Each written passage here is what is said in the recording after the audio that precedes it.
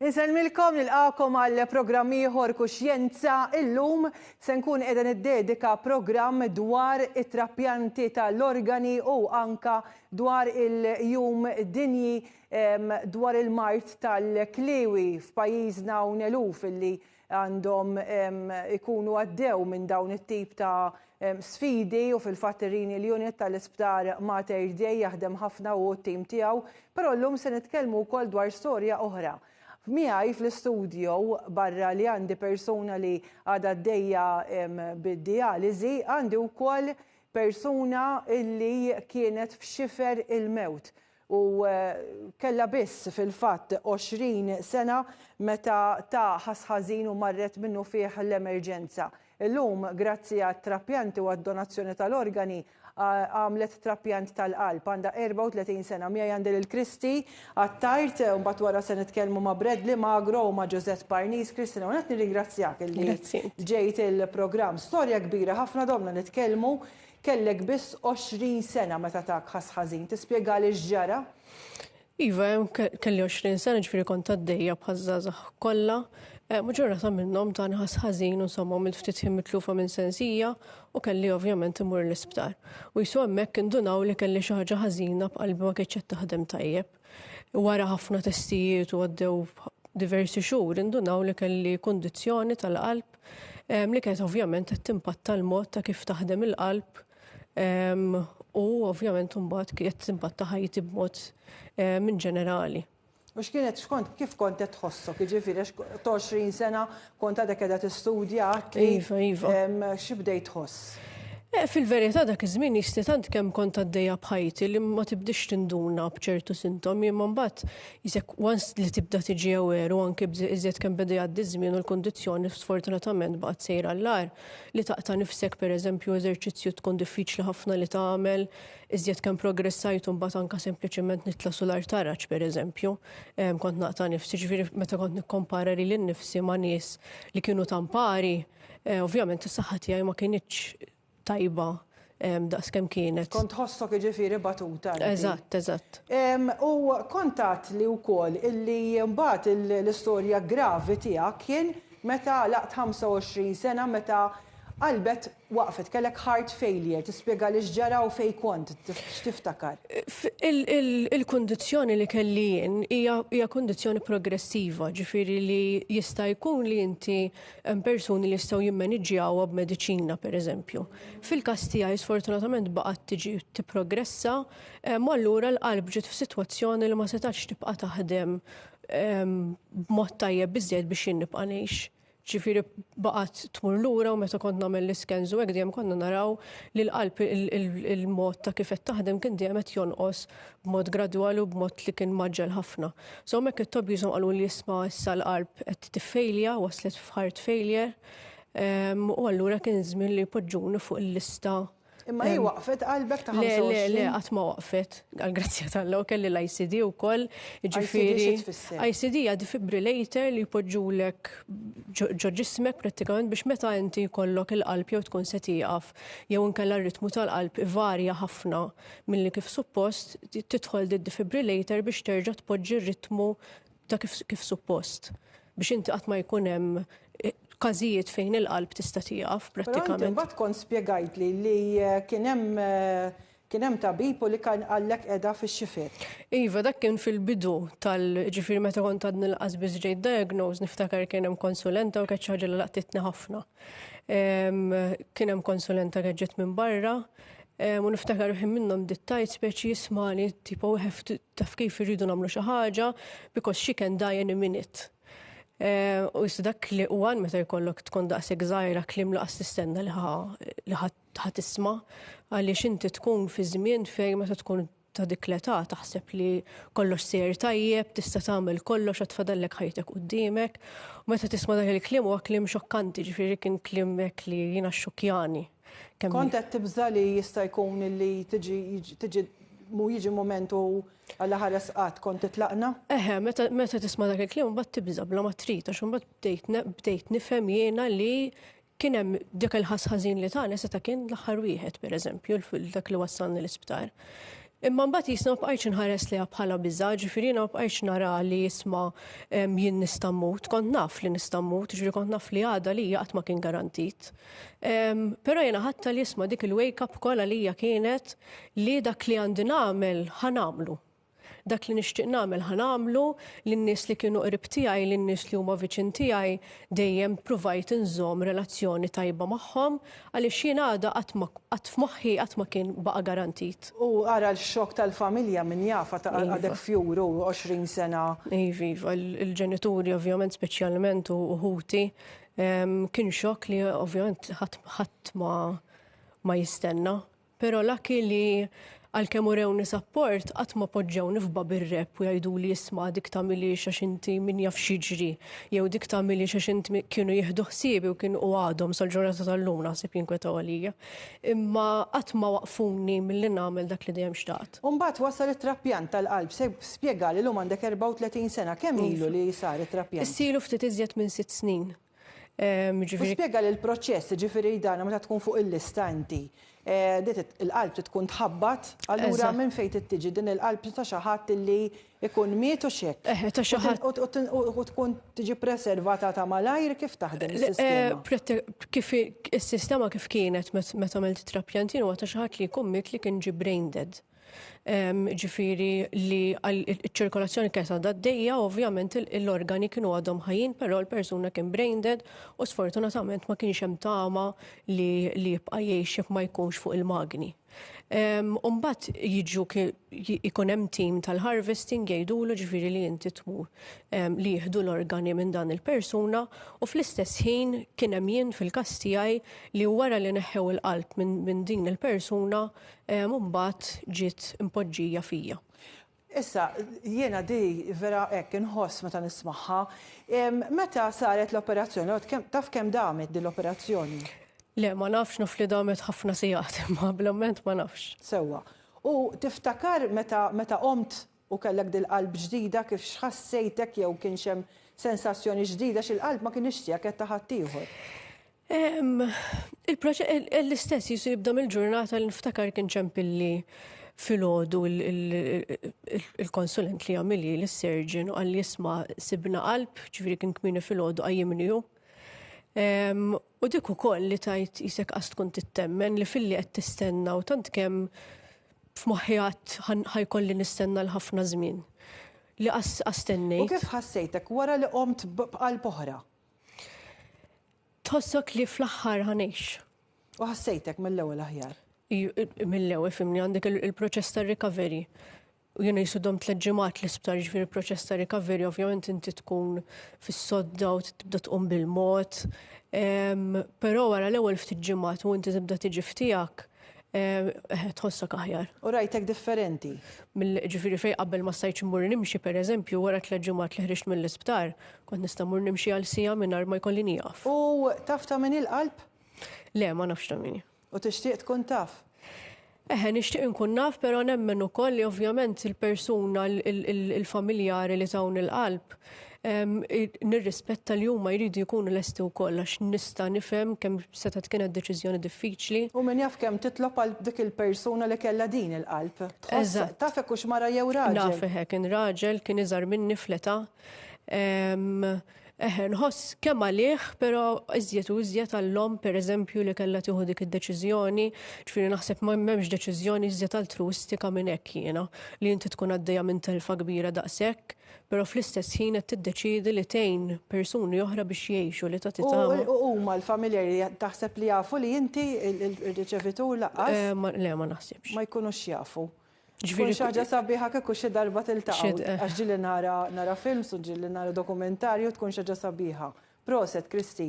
Bradley, inti wkoll kont ilqatni ħafna meta ltqajna f'okkażjoni li jagħmlu il-Transplant Support Group, il-Palazza San Anton, u l-istorja tiegħek kienet kbira ħafna u għadha kbira, kellek biss 17-il sena, l-huma għandek 22 sena, inti mrat bil-kliwi, kellek tmur renal unit għad-dialiżi ftit wara mill-papa kien tak il-kilwa tiegħu. Però sfortunatament din fallit.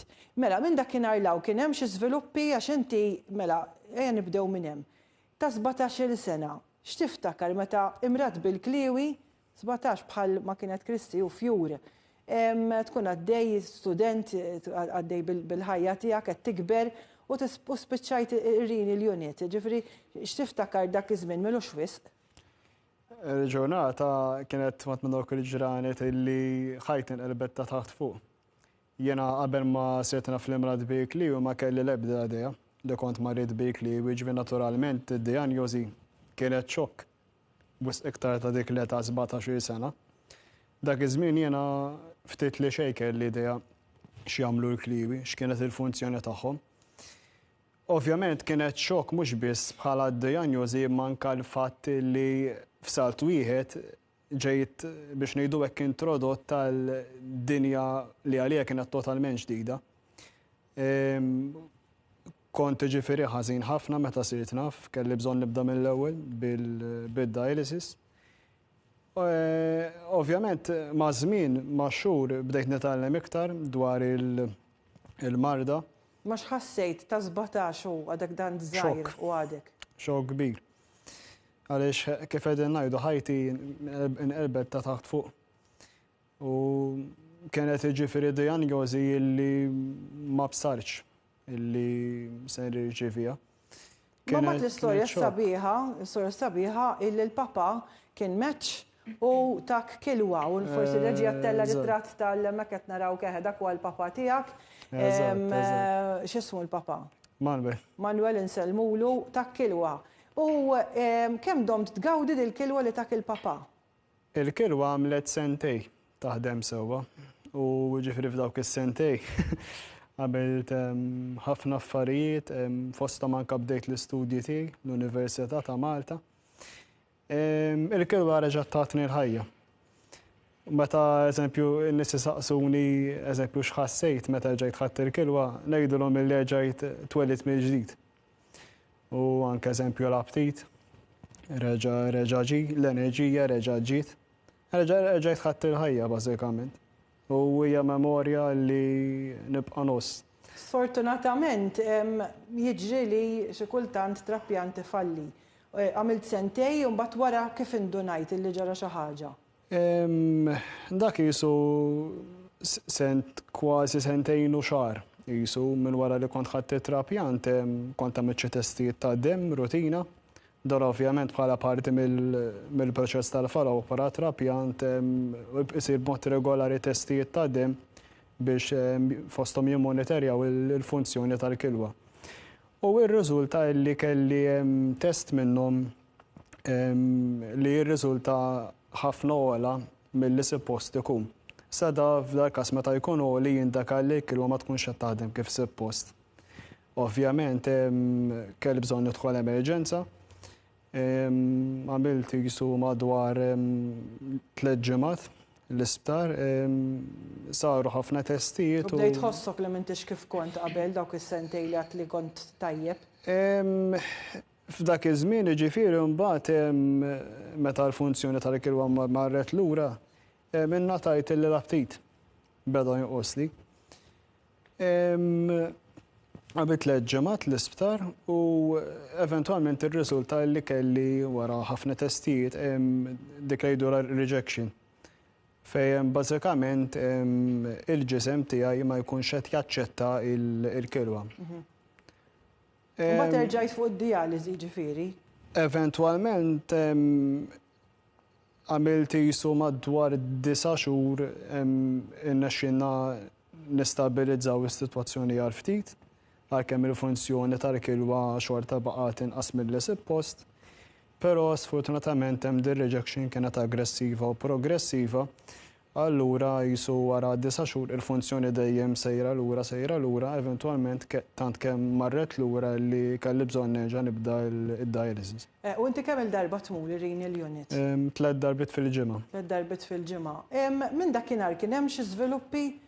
Bażikament għadna għaddejjin bit-testijiet, ommi għadha għaddejja bit-testijiet biex il-mama kienet offrit li tik il-kilwa tagħha. Eżatt, biex jekk alla jrid. U hi meċċ il-mama jew le? Għad fadlinna biex nkunu nafu, ma deġa għamilna daqsxejn testijiet. Imma ovvjament fadlinna daqsxejn iktar. Imma bil-mod il-mod ġifieri mexi. U inti tifhem tbatija sankellmu wkoll il-ġożett tbatija li ħafna minn nies ma jirrealizzawx kemm tittapprezza l-ħajja intom fjura tkom żgħar wara kemm għaddejtu diġà. U inti għad għandek 22 sena wkoll għadek żgħir ħafna għadek l-università nimmaġina u x'hekk biex qed tistudja inti. Din hija met-tielet sena tiegħi fil-baċellerat bl-unuri fl-istorja. Proset tassew.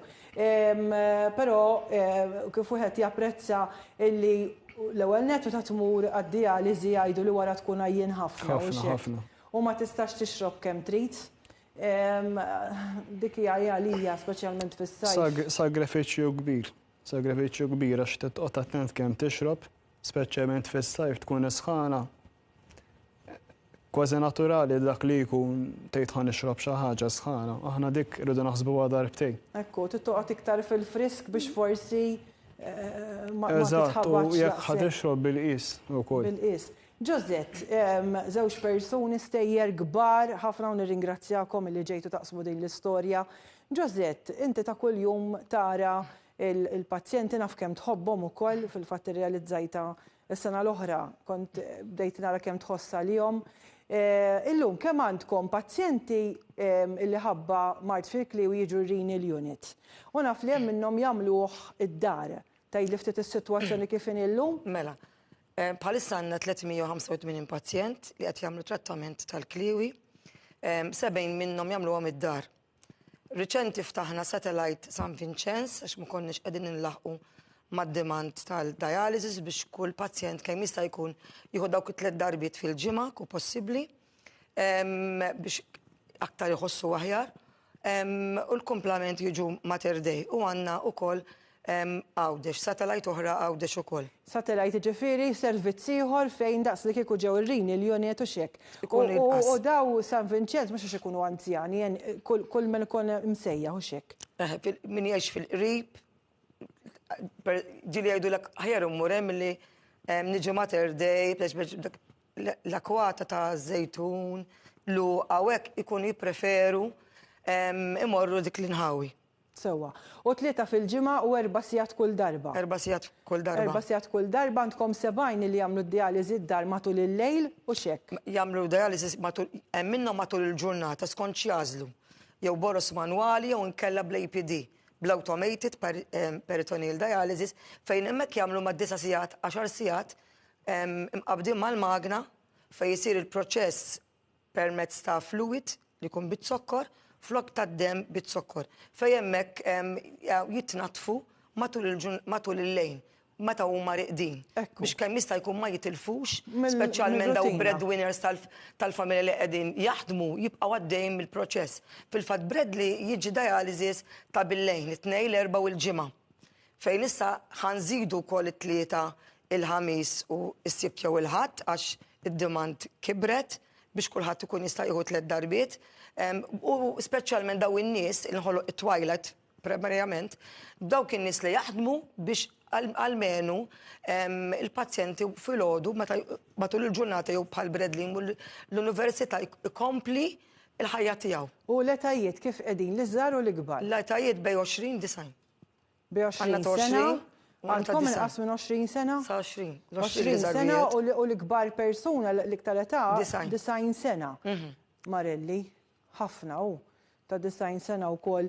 Issa, xtaqna nifukaw ukoll fuq it-trappjanti, mela t-tnejn li huma maddew minn trappjant, Kristi tal-qalb u Bradley tal-kliwi. Mela, x'huma l-organi li jistgħu jiġu trappjantati? Ara Malta jiġu trappjantati il-kliwi u l-kornja.